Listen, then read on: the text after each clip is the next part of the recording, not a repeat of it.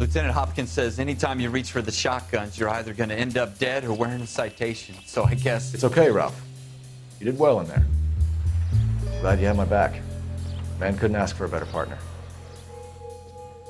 When it first released in 2011, LA Noire was an anomaly. Its facial capture tech was an innovative showcase of animation, and its focus on slower-paced interrogation puzzles widely contrasted the big-budget shooters of the time.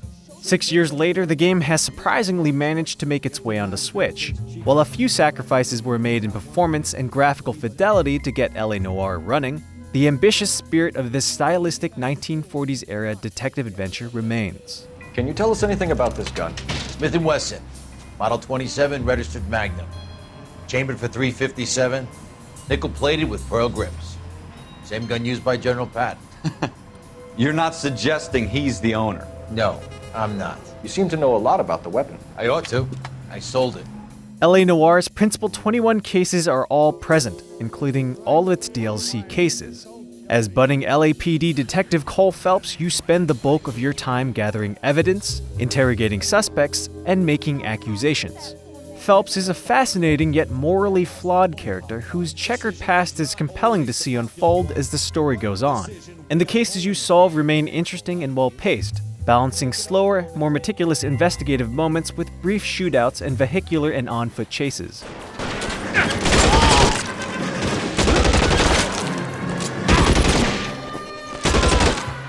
On Switch, the game controls as well as it did on previous generation consoles, especially when playing docked with a Pro controller.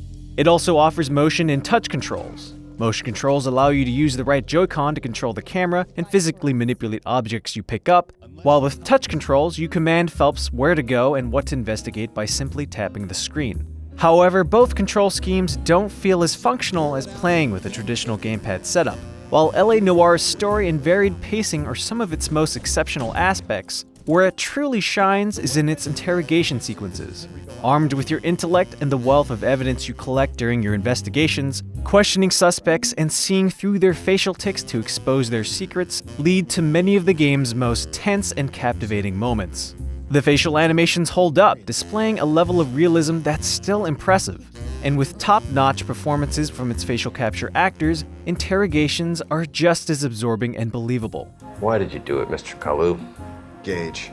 He's in the Chamber of Commerce. He's in with all those momsers. He blocked every proposal I ever put forward. Kike this and kike that.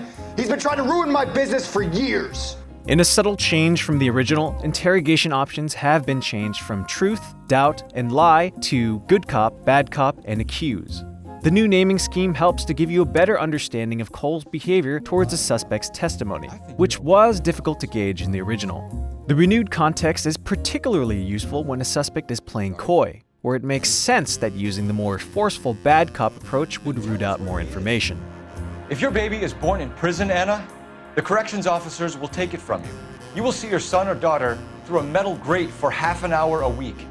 However, there are situations where the new terminology isn't specific enough. This is apparent when responding with good cop, where the option seems to lean more towards believing the suspect rather than following proper police protocol. Despite this occasional issue, interrogations are consistently rewarding, often requiring critical thinking and sharp judgment to complete perfectly.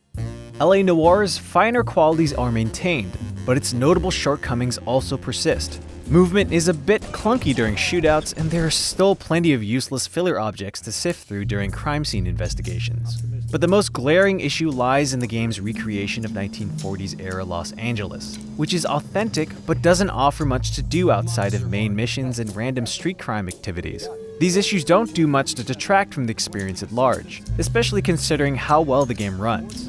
Visuals have taken a slight downgrade compared to the original version, sporting new jagged edges, fluctuating textures, and noticeably weaker draw distances and dynamic lighting effects. However, these issues are less apparent when playing the game undocked, where it runs and looks the best. On the other hand, frame rate maintains a steady 30 frames per second, only drastically dipping when surrounded by multiple NPCs or vehicles while on foot. The game consistently performs well during the moments where it matters, like during investigations, interrogations, and car chases. The next 16-year-old I have to peel off the sidewalk, you're calling the mother. I've had enough of those to last me a lifetime. Even considering LA Noire's age, it's a wonder that the game can be played on Switch. While nowhere near as technically striking as seeing Doom run on the console, there's still something special about playing what was once such an ambitious game on last-generation consoles in the palm of your hand. And the game lends itself well to the platform. The bite-sized length of missions make it a great fit for playing on the go. If sharp visuals and higher frame rate are huge factors in your enjoyment, then you're better off playing LA Noire on PS4 and Xbox One, which sport added bells and whistles that elevate the game's performance. But if you're charmed by the idea of experiencing it portably, then LA Noire on Switch comes recommended. It may not work the best under pressure, but it's well worth replaying or experiencing for the first time on Nintendo's convertible console. This is your chance. Don't fail me.